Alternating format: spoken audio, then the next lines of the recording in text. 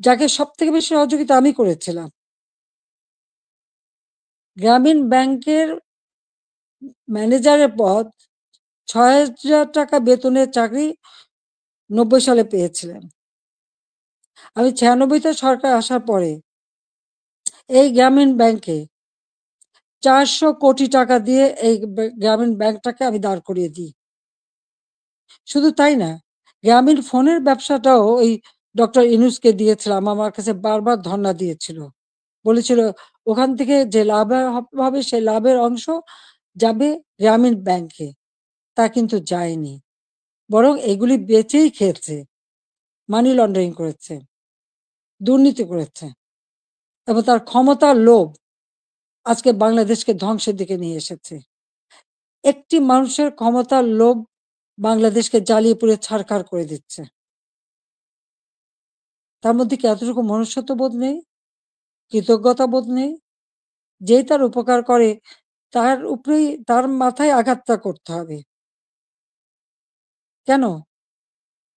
ক্ষুদ্র ঋণ আন্তর্জাতিকভাবে স্বীকৃত ছিল না। এই ডক্টর ইউনূসেরই অনুরোধে আমি নিজে তার সম্মেলনে উপস্থিত হই, যেখানে স্পেনের রানী কুইন সোফিয়া এবং হিলারি ক্লিন্টন তারা উপস্থিত হন। আমি উপস্থিত ছিলাম বলে প্রধানমন্ত্রী হিসেবে, এবং ক্ষুদ্র ঋণ জাতিসংঘে যাতে স্বীকৃতি পায় সে ব্যবস্থাও আমি করেছিলাম। কিন্তু কত বড় বেইমান মুনাফিক যে তার ক্ষমতা লোভ এমন পর্যায়ে চলে গেল যে সে আমাকে আর রেহানাকে হত্যা করার পর্যন্ত পরিকল্পনা করলো, এবং তার বক্তৃতায় তিনি ধরা পড়ে গেছেন। বিল ক্লিন্টনের ফাউন্ডেশনে সে মোটা টাকা দেয়। আমাদের দেশে কোনো দুর্যোগ দুর্বিপাকে কোনোদিন মানুষকে এক পয়সা সাহায্য করেনি, কিন্তু সেখানে তিনি মোটা টাকা দিয়েছিলেন। আপনারা দেখেছেন গত সেপ্টেম্বর মাসে জাতিসংঘ যখন যায় সেখানে বিল ক্লিন্টন ফাউন্ডেশনে দাঁড়িয়ে ইউনূস সাহেব কি বক্তৃতা দিলেন? যে এই আন্দোলন, কোটা আন্দোলন, এটা কোনো ছাত্র জনতার আন্দোলন ছিল না।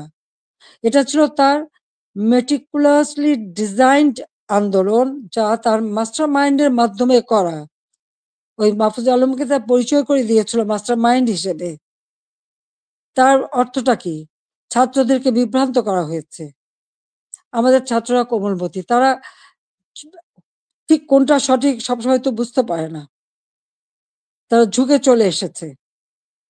আবার আরেকজন সমন্বয়ক বলল কি, গণভবন আক্রমণের আগে বেশি ছাত্র পায়নি, তাই ফলস আইডি কার্ড করে ভুয়া ছাত্র বানিয়ে নিয়ে এসেছিল। তার মানে এদের উদ্দেশ্যটা কি ছিল? আমি আজকে জাতির কাছে এটা জানতে চাই, এবং জাতির কাছে আমি বলবো